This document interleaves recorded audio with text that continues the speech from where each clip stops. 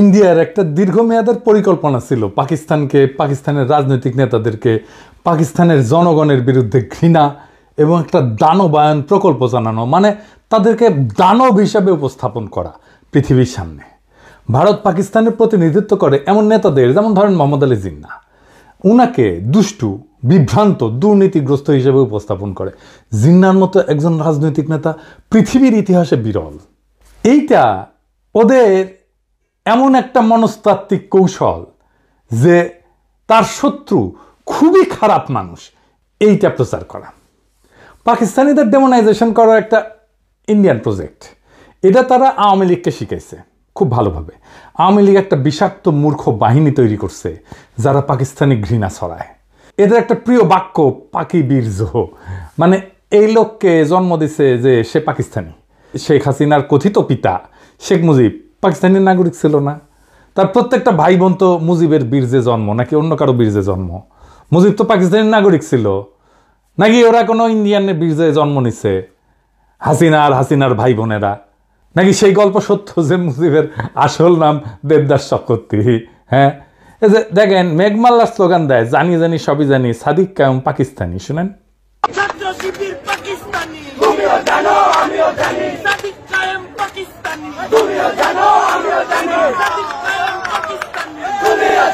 এই মেঘমাল্লারের বাপ পাকিস্তানের নাগরিক ছিল না? ওর বাপের পাকিস্তানি পাসপোর্ট ছিল না? নাকি ওর বাপের জন্ম বাংলাদেশ সৃষ্টির পরে? ওর বাপ জন্মাইছিল 1953 সালের 10ই নভেম্বর, তার মানে তো পাকিস্তান আমলে জন্ম নিছে। ওই মেঘমাল্লারের দাদা ও কেন পাকিস্তানে থাকিছিল, ইন্ডিয়ায় যায়নি কেন? সুযোগ তো ছিল। নাকি পাকিস্তানে থাকাও পাকিস্তানের নাগরিক হইয়াও তারা পাকিস্তানি না, ছাত্র শিবির পাকিস্তানি? তো ছাত্র ইউনিয়ন পাকিস্তানি ছিল না? যে ছাত্র ইউনিয়ন 1969 সালের 25শে আগস্ট বিবৃতি দিয়ে বলছে জামাত ইসলামী পাকিস্তানের অস্তিত্বের বিরোধী। ওর নিজের দল পাকিস্তানের অস্তিত্ব রক্ষায় দিওয়ানা ছিল। পুরো পত্রিকা দেখান ইডিএস সাহেব, পরে আবার কইতে পারে আমরা এডিট করে বানাইছি। দেখান ছাত্র ইউনিয়নের নাম দেখান, ছাত্র ইউনিয়নের নেতাদের নাম দেখান, প্রেসিডেন্ট সেক্রেটারির নাম দেখান।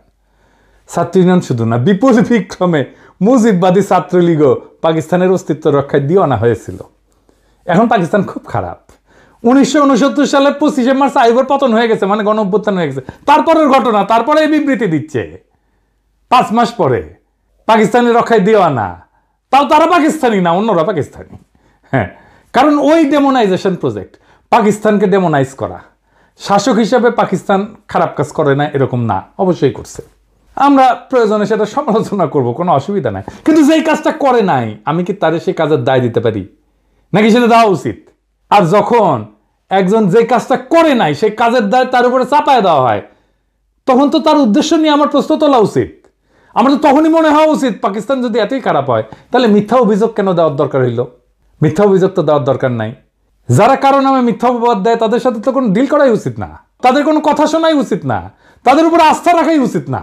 আজকে আমরা এমন একটা অতি জঘন্য মিথ্যাচার নিয়ে আলাপ করব যেটা ইন্ডিয়া শিখাই দিছিল, আর সেই একই মিথ্যাচার বিএনপি চালাই যাইতেছে আজকেও। সেটা জানতে হইলে একটু পিছনে ফিরে যাইতে হবে, সেই 1971-এ। আসেন আগে আমরা সেই গল্পটা শুনে আসি। 1971-এ বীরশ্রেষ্ঠ মতিউর রহমানের গল্প। বীরশ্রেষ্ঠ মতিউর রহমান গত পরশু ওনার মৃত্যুবার্ষিকী ছিল। 1971 সালের 20শে আগস্ট পশ্চিম পাকিস্তানের করাচির কাছে মাসরুর বিমান ঘাঁটিতে ওই সময় তিনি পোস্টেড ছিলেন। মার্চে যখন যুদ্ধ শুরু হয় তখন কিন্তু তিনি পূর্ব পাকিস্তান মানে বাংলাদেশেই ছিলেন। উনি তখন এইখানে ছুটিতে ছিলেন, তখন জয়েন করেন নাই যুদ্ধে। পরে যখন পাকিস্তান এপ্রিল মে মাসের মধ্যে মোটামুটি সামরিক বাহিনী, পাকিস্তানি সামরিক বাহিনী কন্ট্রোল প্রতিষ্ঠা করে, তখন মতিউর রহমান পশ্চিম পাকিস্তান নিজের ইউনিটে চাকরিতে ফিরে যায়। সেইখানে তাকে ইনস্ট্রাক্টর হিসেবে পোস্টিং দেওয়া হয়। তিনি তরুণ পাইলটদেরকে বিমান চালানো শিখাইতেন। পরে 20শে আগস্ট উনি একজন তরুণ পাকিস্তানি ট্রেনি পাইলট, যার নাম ছিল রশিদ মিনাজ, বীরশ্রেষ্ঠ মতিউর রহমানের ইনস্ট্রাক্টর ছিলেন। তার সাথে একটা T-33 বিমান, যেটা পাইলটদের ট্রেনিংয়ে ব্যবহার করা হয়, সেটাতে একসাথে ওনারা ফ্লাই করতেছিলেন। T-33 কিন্তু কোনো যুদ্ধ বিমান না, এটা খালি ট্রেনিংয়ের কাজে ব্যবহার করা হয়। এই বিমানে রশিদ মিনাজের ট্রেনিং ফ্লাইটের সময় মতিউর রহমান ব্যাকসিটে ইনস্ট্রাক্টরের কন্ট্রোল ব্যবহার করে প্লেন নিয়ে ইন্ডিয়ার দিকে রওনা দেন। 71 সালে পশ্চিম পাকিস্তান থেকে অন্য যে সমস্ত বাঙালি অফিসার যেমন মেজর ডালিম, নূর, কর্নেল তাহের, মঞ্জুর পালায় ভারতে গিয়ে যুদ্ধে যোগদান করে। ওরা কিন্তু স্থলপথেই পালাইছে। মতিউর আকাশপথে পালানোর পরিকল্পনা করে। আকাশপথে ট্রেনিং বিমান নিয়ে পালানোর সময় রশিদ মিনহাজ তখন যখন আসল উদ্দেশ্য টের পায় তখন ককপিটের দুইজনের মধ্যে ধস্তাধস্তি হয়। এর ফলে প্লেনটা ক্র্যাশ করে, দুজনেই মারা যায়। ভারতে পাকিস্তানের বিমান নিয়ে যাওয়া নিজের জীবন দিয়ে ঠেকানোর জন্য পাকিস্তান রশিদ মিনহাজকে তাদের সর্বোচ্চ বীরত্বসূচক পদক নিশানে হায়দার এটা প্রদান করে। মতিউর রহমানকে বাংলাদেশ বীরশ্রেষ্ঠ খেতাব প্রদান করে। দুইজনেই দুই দেশের দুই শ্রেষ্ঠ খেতাব পায়। মতিউর রহমানকে পাকিস্তানে কবর দেওয়া হয়। 2006 সালে বেগম খালেদা জিয়ার অনুরোধে পাকিস্তান মতিউর রহমানের মৃতদেহ বাংলাদেশকে হস্তান্তর করে এবং তার মৃতদেহ এনে দেশে মিরপুরে শহীদ বুদ্ধিজীবী কবরস্থানে দাফন করা হয়। এই পর্যন্ত ইতিহাস বর্ণনায় পাকিস্তান আর বাংলাদেশের পক্ষে কোনো দ্বিমত নাই, দুই পক্ষই একমত এইরকম একটা ঘটনা ঘটছিল। কিন্তু এর পরের কি হইল? এটা জঘন্য মিথ্যাচারের ইতিহাস। বাঙ্গু প্রগতিশীল চেতনাজীবীরা এতই জঘন্য প্রতারক যে তারা হেন কিছু নাই যেটা নিয়ে জঘন্য মিথ্যাচার করে নাই। তারা সব জায়গায় পাকিস্তানিদের জানোয়ারের মতো করে চিত্রায়ন করে ডাহা মিথ্যা কথা চড়াইছে। তাদের গুরু ইন্ডিয়ার শিক্ষাই হচ্ছে মিথ্যা কথা বলা। মতিউর রহমানের কবর নিয়ে একটা জঘন্য মিথ্যা বানোয়াট কথা বাঙ্গু মহলে প্রচলিত। সেটা হইতেছে পাকিস্তানিরা নাকি মতিউর রহমানকে কবর দিয়ে তার কবরের ফলকে লিখে রাখছিল, ইধার শো রাহা হায় এক গাদ্দার, মানে এইখানে এক বিশ্বাসঘাতক শুয়ে আছে। এটা একদম সবার মুখে মুখে প্রচলিত। আপনি সার্চ দিলে, ফেসবুকে সার্চ দেন, গুগলে সার্চ দেন, এটা আপনি পাবেন। বিএনপির অফিসিয়াল ফেসবুক পেজে এই কথা ছড়ানো হয়েছে। দেখেন কি লিখছে, পাকিস্তানে একটি কবরের উপরে লেখা ছিল ইধার শো রাহা হায় এক গাদ্দার। বাংলা অর্থ, এখানে শুয়ে আছে এক বেঈমান। পাকিস্তানের সেই গাদ্দারটি কে তা কি আমরা জানি? তিনি বাংলাদেশের বীরশ্রেষ্ঠ মতিউর রহমান। দীর্ঘ 35টি বছর পাকিস্তানের মাটিতে চরম ঘৃণা ভরে শায়িত ছিলেন আমাদের মুক্তিযুদ্ধের এই নায়ক। 2006 সালে তৎকালীন প্রধানমন্ত্রী বেগম খালেদা জিয়ার ঐকান্তিক প্রচেষ্টায় বীরশ্রেষ্ঠ মতিউর রহমানের দেহাবশেষ বাংলাদেশে ফিরিয়ে আনা হয় এবং পরিপূর্ণ মর্যাদায় দেশের মাটিতে দাফন করা হয়। বাংলাদেশে তার মৃতদেহ আসা পর্যন্ত খালেদা জিয়া এয়ারপোর্টে অপেক্ষা করছিলেন। হে মৃত্যুঞ্জয়ী, তোমার আত্মবলিদানের বিনিময়ে আমরা পেয়েছি একটি স্বাধীন মানচিত্র। তোমাকে আমরা ভুলি নাই, ভুলব না। তুমি আছো লক্ষ কোটি বাঙালের হৃদয়ের গভীরে শ্রদ্ধাঞ্জলি। হ্যাঁ, পুরা আওয়ামী বয়ান। আওয়ামী লীগ তো জাউরার জাউরা, তারা বলতে পারে, কিন্তু বিএনপি কেন? যেই বিএনপি দাবি করে তারা মতিউর রহমানের মরদেহ বাংলাদেশে নিয়ে আসছে পাকিস্তান থেকে, তারা মতিউর রহমানের কবর দেখে নাই? ওখানে লেখা ছিল যেখানে গাদ্দার শুয়ে আছে, তারা অপমান করে কবর দিছিল পাকিস্তানিরা। মতিউর রহমানের কবরে আসলে কি লেখা ছিল? আজকে এপিসোডে ভুয়া মিথ চিরতরে জয় বাংলা করে দেব। বিএনপি কি পাকিস্তানে গিয়ে দেখে এসেছে মতিউর রহমানের কবরে কি লেখা ছিল? যাওয়ার তো কথা, কারণ ডেড বডি নিয়ে আসার সময় তো গেছিল কেউ না কেউ। আর দেখে যদি বুঝতে না পারস, নাই জানস, তাহলে ডা মন করা মিথ্যা কথা সরাস কেন?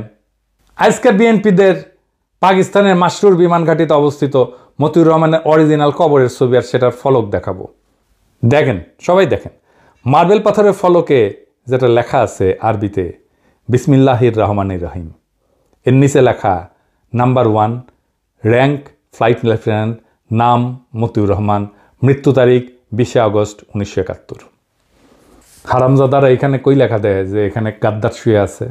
এখানে দেখেন সেই কবরের ছবি, আর সেই কবর তুলে বাংলাদেশে পাঠানো হচ্ছে তার ছবি। এডিটর সাহেব দেখায় দেন এটা সেই সময়ের ছবি যখন তার দেহাবশেষ তুলে বাংলাদেশে পাঠানো হইতেছে। নিচে দেখান, বিএনপি বিসমিল্লাহির রহমানির রহিম না বইলে বক্তৃতা শুরু করে না, কিন্তু বিসমিল্লাহির রহমানির রহিম যখন সামনে দেখে এটা পড়ে বুঝতে পারে না। মানে সব জায়গায় ডাহা মিথ্যা কথা না ছড়াইলে পেটের ভাত হজম হয় না। বিএনপির এই চেতনার বয়ান পোষ দেওয়া লাগে। বিএনপির মহাসচিব ভাষণ শুরুর আগে ঠিক মতো বিসমিল্লাহ পড়তে পারে না। সেখানে পাকিস্তানিরা মতিউর রহমানের কবরে মার্বেল পাথরের ফলকে বিসমিল্লাহ খোদাই করে রাখছে। এখানে কই চরম ঘৃণা ভরে তারে দাফন করছে পাকিস্তানে। ঘৃণার চিহ্ন দেখলেন আপনারা? বিএনপি তো একটা ব্যক্তি না, একটা সংস্থা না, একটা বিশাল দল। তারা যদি এমন মিস্টেক করে তাহলে দেশ চালাবে কিভাবে?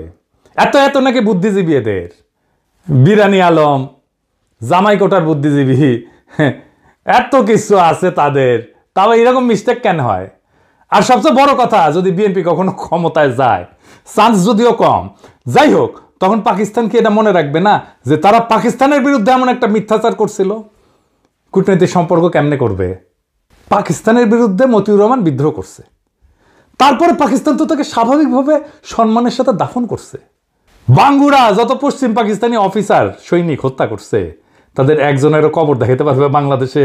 বলেন তো, মরে নাই তারা? মরছে না?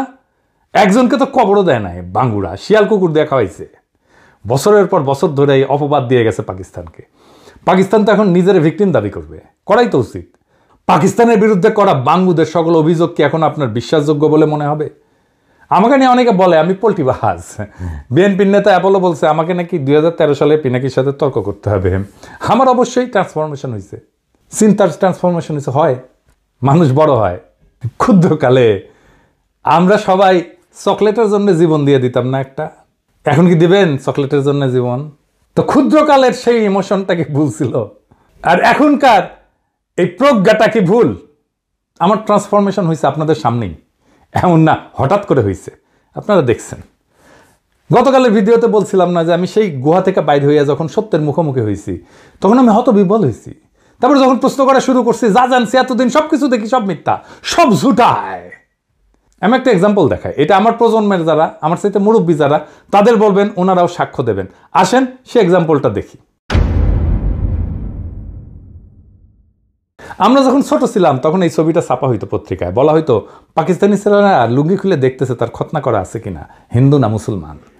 ছবিটা পাকিস্তানি আর্মির না, ইন্ডিয়ান আর্মির। ছবিটা তুলছেন কিশোর পারেক, একজন ইন্ডিয়ান ফটোগ্রাফার। যখন ইন্ডিয়ান আর্মি বাংলাদেশে ঢুকছে সেই সময়কার ছবি। তার একটা প্রকাশিত বই আছে ব্রুটাল বার্থ নামে। এই ছবিটা সেখানেই প্রকাশিত হয়েছিল। ক্যাপশনে উল্লেখ ছিল, ছবির সেনার পরিচয় উল্লেখ ছিল। ছবিটা PDF অনলাইনে আছে, গুগল করলে পাবেন, আর নিজেই চেক করে নিতে পারবেন। তো এইটা যখন আমি প্রথম ফেসবুকে প্রকাশ করি, প্রমাণ হাজির করি, তখন আমার উপরে বাংলার চেতনাবাজারা ঝাঁপে পড়েছিল। আওয়ামী লীগেরা, আওয়ামী বাকশালী প্রগতিশীল নাস্তিক বামেরা আমার পিছে লাগে কেন জানেন? প্রথম কারণ হচ্ছে বামেরা হারে হারে জানে, চিনে আমারে, আমার ক্যাপাসিটি কি, একসাথে রাজনীতি করে আসতেছি তো ওরা জানে আমি কি জিনিস। তারা জানে আমি কি করতে পারি, আমি কিভাবে তাদের বানানো দুর্গ ধ্বংস করে দিতে পারি সেটা তারা জানে। তারা জানে যে এইখানে কি আছে। তারা বুঝেছিল যে এই লোকটা একে একে এই ভুল ইতিহাসের মিথ ভাঙতে থাকবে, এই লোকটাকে থামানো দরকার। কিন্তু তারা বোঝে নাই কেমনে থামাইতে হবে, এখনো বোঝে নাই, পারবেও না কোনোদিন থামাইতে। তারপরে তো একে একে মিথ ভাঙতে থাকলাম। আমেরিকা এক একটা ভাবে মুক্তিযুদ্ধের বিরোধিতা করেছিল, সেই মিথ ভাঙিছি না? ইসলামপন্থী আলেমেরা মুক্তিযুদ্ধের বিরোধিতা করছিল, সেই মিথ ভাঙিছি না? রাজাকারদের দাড়ি টুপি ছিল আর তারা পায়জামা পাঞ্জাবি পরতো, সেই মিথ ভাঙিছি না? ধর্ম নিরপেক্ষতা প্রতিষ্ঠা করার জন্য মুক্তিযুদ্ধ হয়েছিল, সেই মিথ ভাঙিছি না? দেশ ভাঙার জন্য মুসলিম লীগ দায়ী, সেই মিথ ভাঙিছি না? 1971-এ 30 লক্ষ শহীদ হয়েছে, সেই মিথ ভাঙিছি না? ভাষা আন্দোলনের মিথ ভাঙিছি না? 6 দফার মিথ ভাঙিছি না? পাকিস্তানি শোষণের মিথ ভাঙিছি না? সামনে আরো কাজ আছে। আমি যদি বাইসে থাকি আগামী 50 বছরের বাংলাদেশের রাজনৈতিক বয়ান তৈরি করে দিয়ে যাব ইনশাল্লাহ। কোনো বাঙ্গুর ক্ষমতা নাই আমারে ঠেকায়।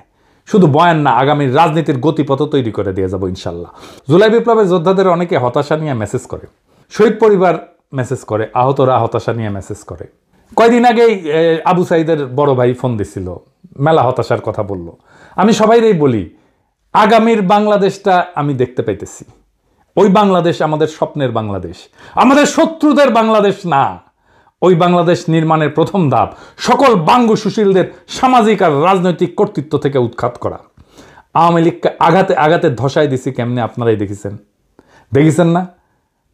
সেই 2021 সাল থেকে একের পর এক আঘাত করে ওদের সব বয়ান একের পর এক ভাঙিছি।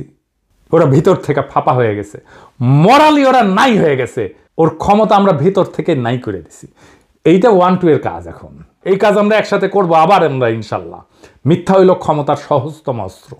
যখনই সত্যকে পরাজিত করা যায় না, তখনই শত্রুকে ডেমোনাইজ করা হয়, দানবায়ন করা হয়, অদৃশ্য কইরা ভয়ঙ্কর করে তোলা হয়।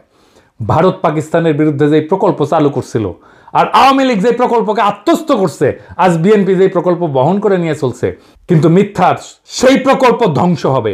কারণ মিথ্যার সবচেয়ে বড় সীমাবদ্ধতা হইল সেটা ইতিহাসের বোঝা বইতে পারে না, একসময় ভেঙে পড়ে, উন্মোচিত হয় তার শূন্যতা। আজ আমরা এক সীমানার সামনে দাঁড়ায় আছি, যেখানে মিথ্যার সত্যের সংঘর্ষ নির্ধারণ করবে আগামীর বাংলাদেশের রূপ। যদি আমরা মিথ্যার শিকল ভেঙে সত্যকে গ্রহণ করি, তবে আমাদের রাজনৈতিক কল্পনা হবে মুক্ত। আর যদি মিথ্যার বন্দিত্বে থাকি, তবে স্বাধীনতার অর্ধ শতাব্দী পার হয়েও আমরা প্রকৃত মুক্তি পাব না।